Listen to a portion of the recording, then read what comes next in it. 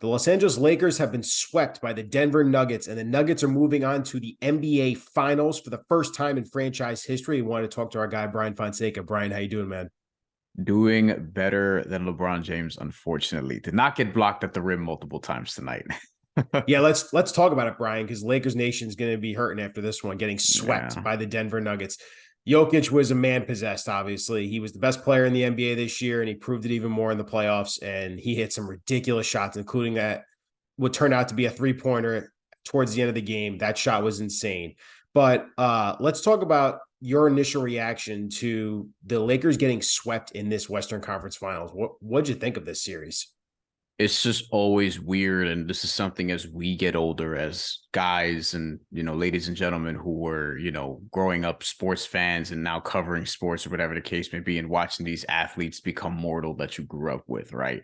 I was 9 years old when LeBron James was the number one overall pick, and I'm watching him just look more and more mortal. You know what I mean? This series, I just didn't like his game for the most part. Like, he made some great passes. He got to his 3-point shot, which he settles for a lot nowadays because he's 38 and 20 years in. And this is how it ends. This is how it ends. Like, he's going to play longer because Bronny James is going to be at USC next year, wants to play with them. So we're guaranteed, I guess, 2 more years of LeBron James at the bare minimum. But look, man, like, for most guys, this is how, like, not everyone gets John Elway going out the door, right? I just saw Canelo Alvarez fight recently, a fight that I thought he was going to handle John Ryder, and he looked mortal in that. A lot of guys, like, they start slipping around this time. And LeBron James, like, you saw it with the health, really, once he got to the Lakers. He had a serious injury, the groin issue, that put him out for several weeks. And it was like, wait, LeBron James is injured? And now you're watching this. So he got his title. I think that's the only one he's going to get with the Lakers, unless they make some drastic changes, of which we can get into, because there are some things that they could do, salary cap wise and roster wise, to sort of retool for next year. But Anthony Davis really has to get that guy consistently. And tonight, they've nicknamed him Every Other Davis during the playoffs. And tonight, he was impressive defensively at times, but got cooked by Nikola Jokic at the end, and ultimately, just didn't quite give you enough. And neither did a lot of guys on this Laker roster, for being honest. Yeah, if we're being honest, Davis finished with 21 points, 14 rebounds. And you got to talk about LeBron. Obviously, he scored 40 tonight. He tried putting the team on his back again tonight. Yeah. And then let's talk about the execution of those final two shots from LeBron there at the end of the game. Chances to tie or even take the lead. He couldn't get a shot up, if we're being honest, in both attempts. Obviously, the last one being guarded, double teamed, and he couldn't get a shot cleanly up. Is there just a lack of execution, coaching? Where do you put the blame there on the towards the end of the game there? I mean, this is your season on the line. And yeah, you want LeBron taking the last shot, but you got to draw better plays, I feel like. That Lakers offense has the ability to get really stagnant and just really aimless late in games sometimes. And this happens during the playoffs with a lot of different teams, but it's like they bring up the ball slow. You're giving it to Dennis Schroeder. There's like 14, 13 seconds left on the clock.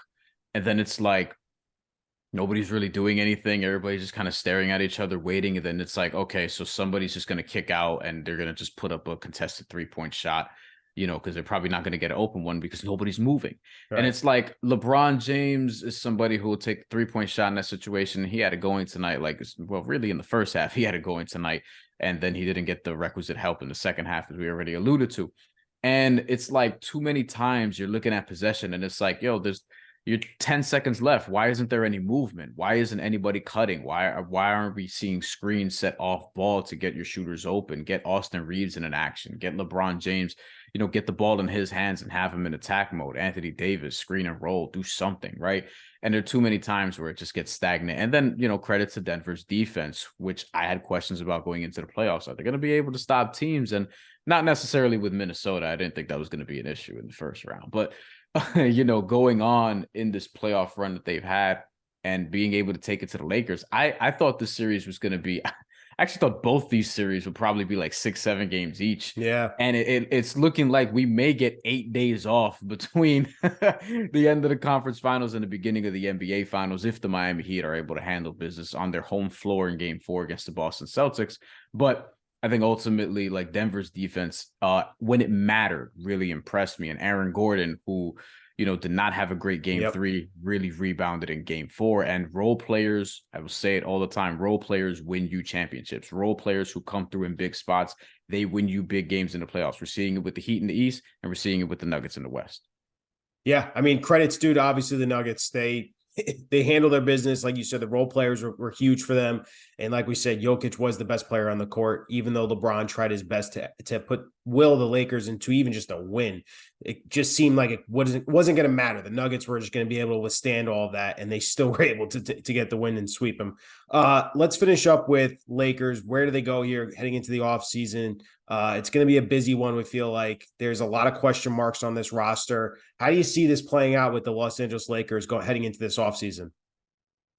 Yeah, that salary cap sheet is going to go up a little bit. You're looking at LeBron James getting 47 million next year, Anthony Davis getting 41 million next year, and Jared Vanderbilt is under contract for 4.5, who wasn't really impactful in the series at all. In fact, they benched him today, and he was taken out of the starting lineup. And you also have like Max Christie, which I don't know what you're going to expect from him, right? But ultimately, like, you have things that you can do salary cap wise. We heard Brian Windhorst on ESPN talk about the possibility of getting Kyrie Irving. I think that would be stupid, but the Lakers probably can't help themselves. And I think, like, yes, the guard creation, and if you only stick to basketball, he can help you. But like, with Kyrie, it's never just basketball. It just never is. And that's before you even get to the injury history, which is quite decorated as well.